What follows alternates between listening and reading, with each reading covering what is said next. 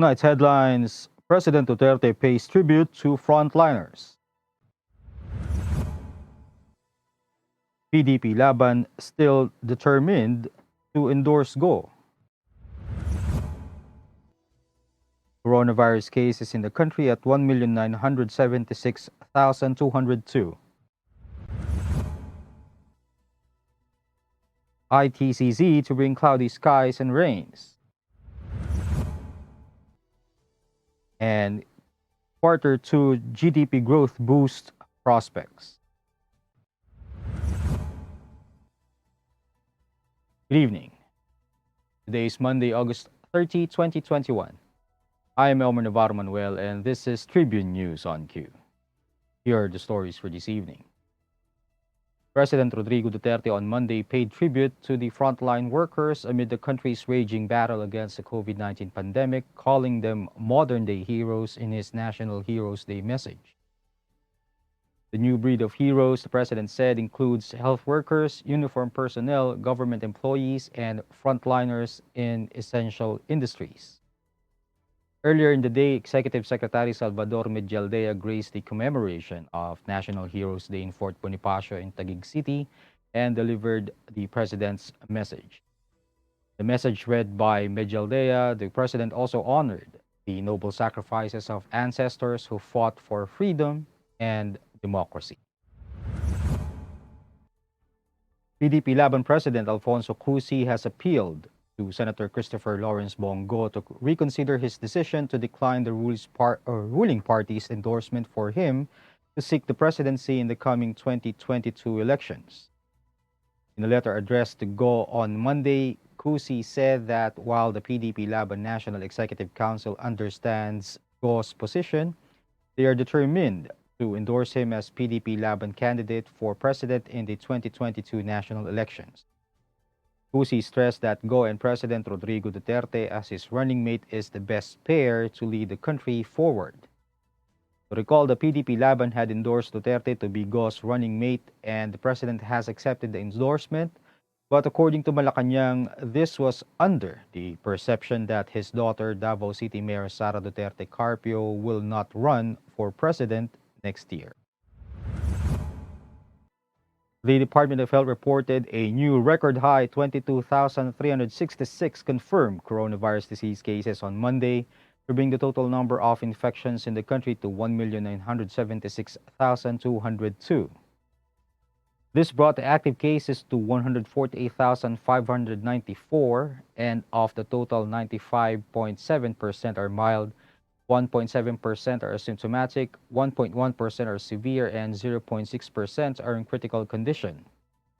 The number of recoveries, on the other hand, rose to 1,794,278 after 16,864 patients recovered from the deadly disease. The death toll now stands at 33,330, following 222 fatalities recorded. The DOH said 187 duplicates were removed from the total case count, while 105 cases previously tagged as recoveries were reclassified as deaths after final validation. Tribune News on Q will be back after these reminders.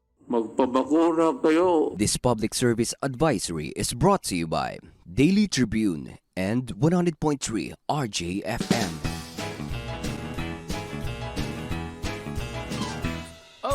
Vaccination, isolation, gotta keep up with my nutrition, gotta maintain my body condition, then I can take my vaccination. What do I choose? What do I take? As long as it is not a fake.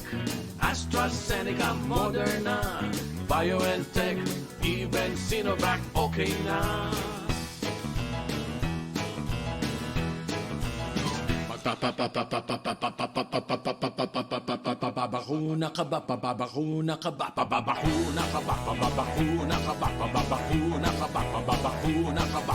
Vaccination for the nation, no more isolation. With vaccination, babakuna ka ba, babakuna ka ba, babakuna ka ba, babakuna ka ba, babakuna ka ba, babakuna ka ba, babakuna ka ba, paturok, paturok, paturok. This public service advisory is brought to you by Daily Tribune and 100.3 RJFM. Magpabakuna kayo. In other news, Philippine National Police Chief Police General Guillermo Eliazar said that around 117,000 violators have been recorded in the National Capital Region since the start of the modified enhanced community quarantine. Eliazar added that an average of 13,000 violators have been recorded per day as of Sunday.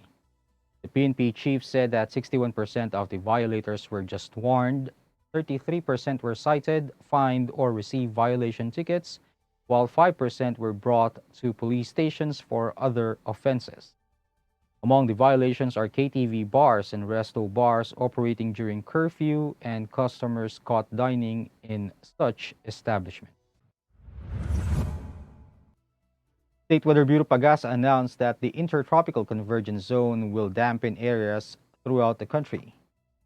The weather agency said that the ITCZ will cause cloudy skies, scattered rains, and thunderstorms over Metro Manila, Cagayan Valley, Central Luzon, Calabarzon, Bicol Region, Caraga, Davao Region, and the provinces of Apayao, Abra, Ilocos Norte, Ilocos Sur, Oriental Mindoro, Occidental Mindoro, Marinduque, and Romblon. For the rest of the country, the ITCZ will bring partly cloudy to cloudy skies with isolated rains or thunderstorms. Isolated rain means rain showers only in a small part of the forecast area. The Weather Bureau also warned of possible flash floods or landslides if thunderstorms worsen.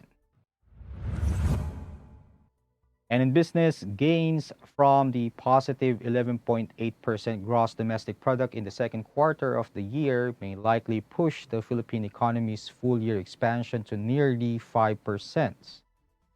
The market called the joint monthly publication of First Metro Investment Corporation and University of Asia and the Pacific said latest reports on exports, imports, manufacturing, and government spending, among others, also boost hopes for faster economic recovery in the second half of the year.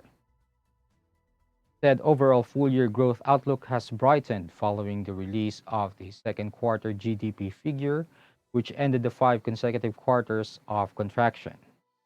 But the report said quarter-on-quarter GDP data slipped by 1.4% in April to June this year, while an economic hit is expected from recent lockdowns. That wraps up the stories tonight. And before we go, we would like to thank the SM Store, Araneta City, Department of Tourism, and Overseas Community Affairs Council member Alan Lin of the Republic of China for their continued support. Again, this is Elmer Navarro Manuel, and you're watching Tribune News on Q. Stay safe, stay healthy, and stay at home. Good night, and God bless us. Catch the latest news on our website tribune.net.ph and follow us on Facebook, Twitter, and Instagram. You can also subscribe to our YouTube channel, Tribune Now. The Daily Tribune is one with the nation in facing the COVID-19 crisis, and in line with this, the Daily Tribune digital edition and press reader is now available for free online. You can also download the Daily Tribune app on Apple Store for iOS users and Google Play for Android users to get the latest and most comprehensive news online. Daily Tribune is also inviting everyone to join its community Viber Katribu to get updates on the freshest and hottest news and entertainment stories of the day. Tarcito emoticons are also available on our community Viber. Just click on the link in this video to join.